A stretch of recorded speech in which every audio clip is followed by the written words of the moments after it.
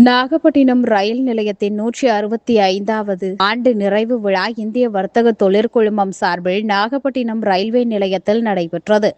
தலைவர் மனோகரன் தலைமை வகித்தார். இணை செயலாளர் ராஜராஜன், பொருளாளர் கோபு ஆகியோர் முன்னிலை வகித்தனர்.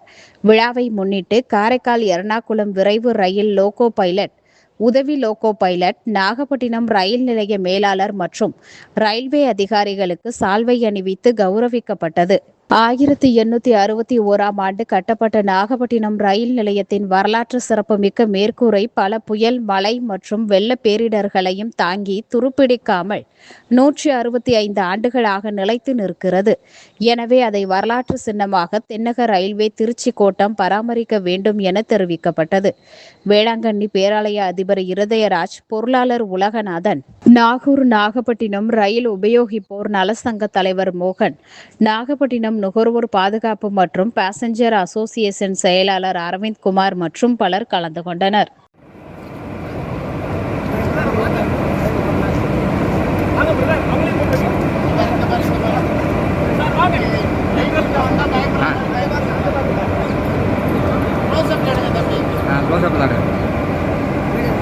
ரயில் சேவையான நாகையில் 175 ஆண்டுகள் 1861 தொடங்கி 2026 இன்றுடன் 165 ஆண்டுகளை நிறைவு செய்து இருக்கின்ற இந்த மிகப்பெரும் மாபெரும் சாதனை வாய்ந்த வரலாற்று சிறப்புமிக்க இந்த ரயில் நிலையத்தில் அதை கொண்டாடுகின்ற வகையில் இந்திய வர்த்தக தொழில் சார்பில் ரயில்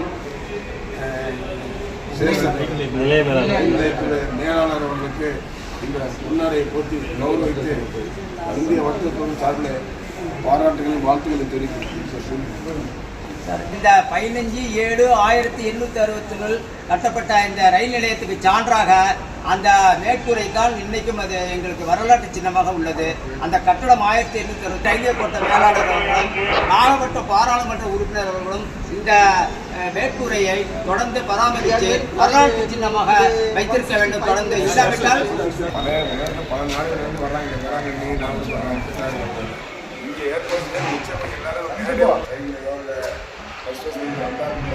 அந்த மாதிரி பொருளாதாரத்துக்கு நேரே வந்துருவாங்க.